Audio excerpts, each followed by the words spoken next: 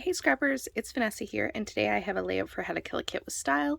It is also the 25th of January, and so I have a Christmas in January layout. As when I'm filming this, I haven't heard if that hop that Moira had put on all of last year on the 25th, if they're doing that again this year. So if they are, then this video will go up underneath that hop. If not, it'll just be on my channel as a Christmas layout on the 25th of January. So I am using my How to Kill a Kit with Style. This is a page kit that I had put together and showed in my initial video, and I am using the Candy Coated Christmas collection from Tracy Reed. So this is a digital collection. So I've gone ahead and taken some papers. I know for a fact I'm not going to use all of these papers, but these are ones that I had in that page kit. So first thing I will show you is my photo. I think I showed it in the original kit share, but I had already previously matted this photo with this red tone-on-tone red polka dot. So that is the photo I'm using. So I have that ready to go. I have these other 4 patterns. I'm leaning toward just using these 2, a chunk of these 2. This one here is like a star and then a plaid. So I'm kind of leaning that way right now. And then I was playing and hadn't turned the camera on. And so I did go ahead and take the stencil that I had in this kit, which is this really fun peppermint stencil. I wish I could tell you where this stencil came from, but I actually have no idea where I got it. I've had it for a while and I can't remember. I'm sure it came in a kit, quite possibly. I just cannot remember where. So unfortunately, maybe you can do a search and find a candy cane or a peppermint type of stencil, but I love it. What I ended up using was some lumberjack, what is it called? Lumberjack plaid, distress oxide ink, and some distress oxide spray to do some splatters. I went ahead and just put that stencil down the side, and I absolutely love how it turned out. It's so pretty. I wasn't sure if I was gonna like how the stencil is so open and there's all these open spots, but I really like the way it turned out, so I'm very happy with that. So this is going to be my background, and what I'm thinking I'm going to do, and I have all to the side here, I have all of my bits and pieces cut out. I have a doily that was in my kit, and so we're going to play with all of these embellishments. I also have some flair from Scrap and Happy Studio that is coffee related, because of course our theme for this month is coffee. So here's what I am thinking. I know my photo is going to go about here. I hate covering up. I love it. I hate when I do one of these backgrounds that I really like, and then I cover it all up. So I'm going to try not to cover all of my stenciling up, but I think what I'm going to do is do not a complete mat.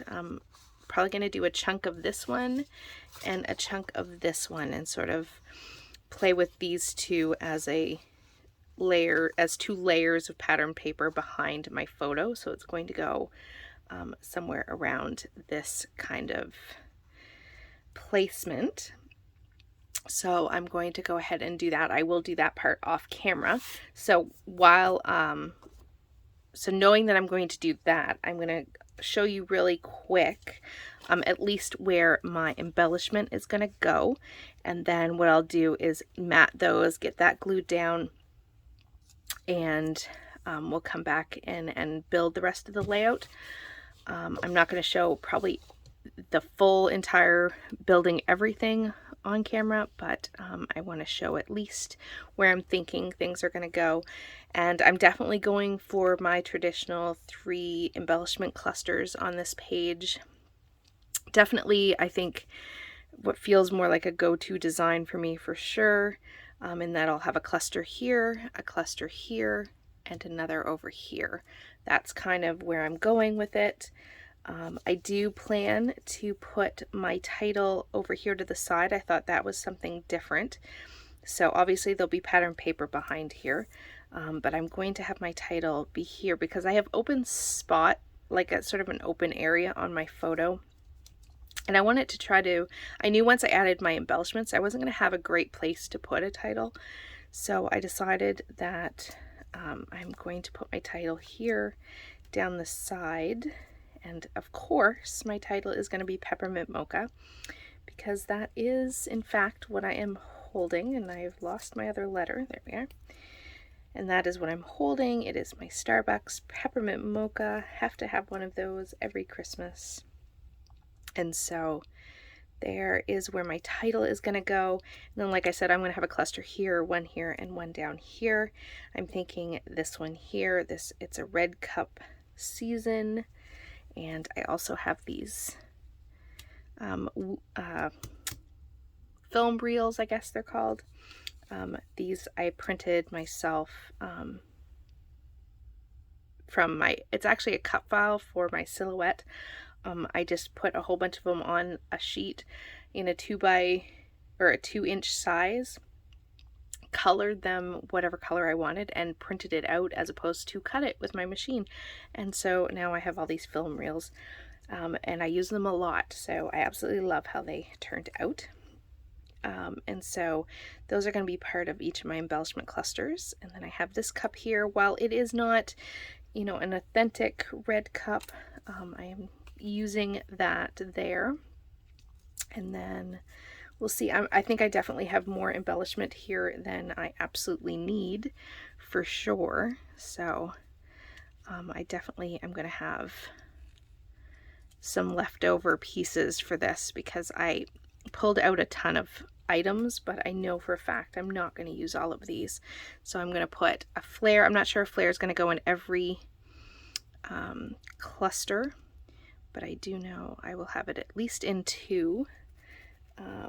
I don't hold to the requirement that every cluster needs to have the exact same items in it. Usually I try to have a few of this items matching, or elements somewhat similar, but I don't plan to make every embellishment cluster. I kind of think I'm not going to use that Peppermint Mocha flare simply because my title is already Peppermint Mocha.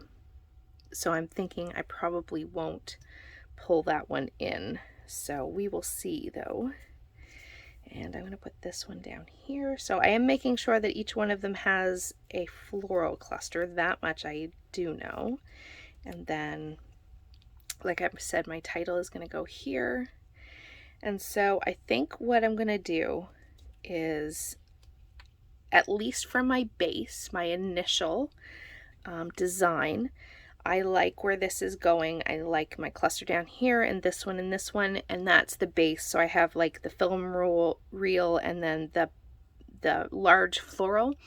So that gives me my larger elements down. And then my title has a place to live before I've added everything else. So I'm going to go ahead and get this all glued down, and then we'll come back and fill in with some of these other smaller pieces to sort of build out our clusters, and we will finish up the page. All right, I have everything down on my page, and the only thing I've glued down that I didn't initially show is when I got the main clusters down, I felt like I needed to add some additional texture. I have off to the side here some of the other embellishments that I'm going to add to my clusters, but I was definitely feeling like there's a whole lot of paper. Yeah, the flare does give me a slightly different texture, but I felt like I needed something more. The doily, I do have some textural elements, so that is good, but I wanted to add more to the page without adding a whole bunch of like stuff that would draw your attention. So I just went ahead and took some red thread, balled it up, and this is the Missy Wooden, or at least that's who I remember doing it originally, or who I saw doing or playing with thread originally. So I just did her little trick. I thought about putting it around the flare buttons, but because I don't have a flare button in each cluster, I decided to just put it behind the little film reel and sort of around it up here. So just to keep that continuity on the page. So I have a little ball of thread in each of my clusters. So I like that. It adds just a little bit of interest, that a little bit of a different texture that I want it to just add something more to the page. So now that I have that, I am going to come back in here. I have some of these individual florals. So I am thinking I'm going to add a few of these around in here. I am thinking, and I'm just looking to see like what colors I need where, and that sort of thing. So I'm trying to see where I want to put them. I'm thinking something like this, possibly that one up there, and then I have like the little ones too, so I kind of want to just use some little and some big ones. Maybe those two up there. I'm not sure I will use more of those. I have this little joy that I thought I actually kind of like in here, so I'm thinking that's going to actually go there. And let's see, I like that there. Do I have a smaller flower? I threw them all over here. I do have a red one, so maybe I switch that out there and put that color there, and maybe add that in there a little bit. I don't want to completely cover up that film reel, but I just need a little bit of it popping out, so that's not bad. Kind of like that. And then I do want to put something up there, so we'll go with that, I think. Okay, I like that so far. Now I have these hearts that you see here, and I like the idea of bringing up some green up here, so I think I'm going to tuck that heart in there. This one here could stand to use a heart up in this top, or do I want to put this over here? That is the question. Something more like that, maybe. That's not bad. That's not bad. So this is me like going and talking through everything so you can see actually how slow I am, especially when I haven't thought about ahead of time where I want to put everything. So yeah, slow scrapper for sure. And then I still want to put a heart down here because I feel like I have one in all the other clusters. So what do I do? What do I do? Maybe one in here. I like it just tucked. I don't want it to be sort of obvious. Now the question is, do I put a candy cane somewhere on this page? I don't know that I need one in every cluster, simply because that's a lot. But I feel like I'm talking about peppermint mocha. Like, how can I not put a candy cane on the page somewhere, right? I mean, kind of demands it, doesn't it, a little bit? I don't know. This is me going, when is enough enough? Oh no, I kind of like this one up here somewhere. I'm not sure exactly where I want it to land, but I kind of like, maybe it could go in here a little bit. Can you tell it's a candy cane if I do that? Does it need to be one without the floral?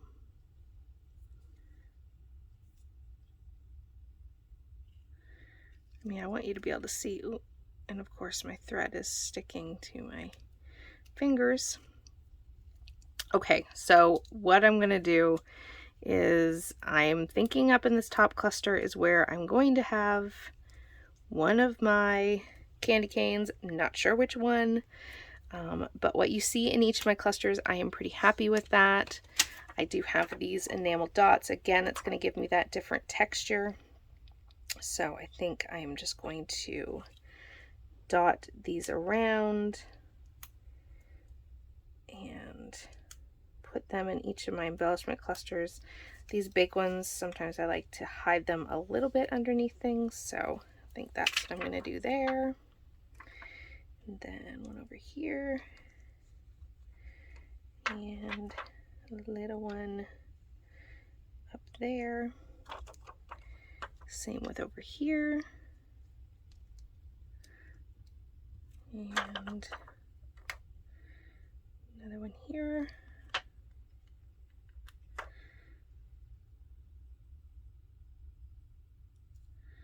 feel like you can't see that one. So maybe I put it over here. Oops, it's sticking to my fingers. There we go. Lastly, I'm going to put one under here. And once I have this done, we are going to call this one good. So check out the still photos that'll be coming up. You can see where I place that other candy cane, or where my candy cane ends up. I have a feeling it's going to be up here. But with that, we are going to call this one done.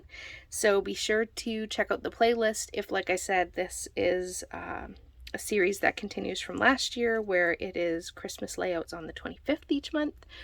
So with that, guys, I'll catch you on the next one. Have a great day, everybody. Bye-bye.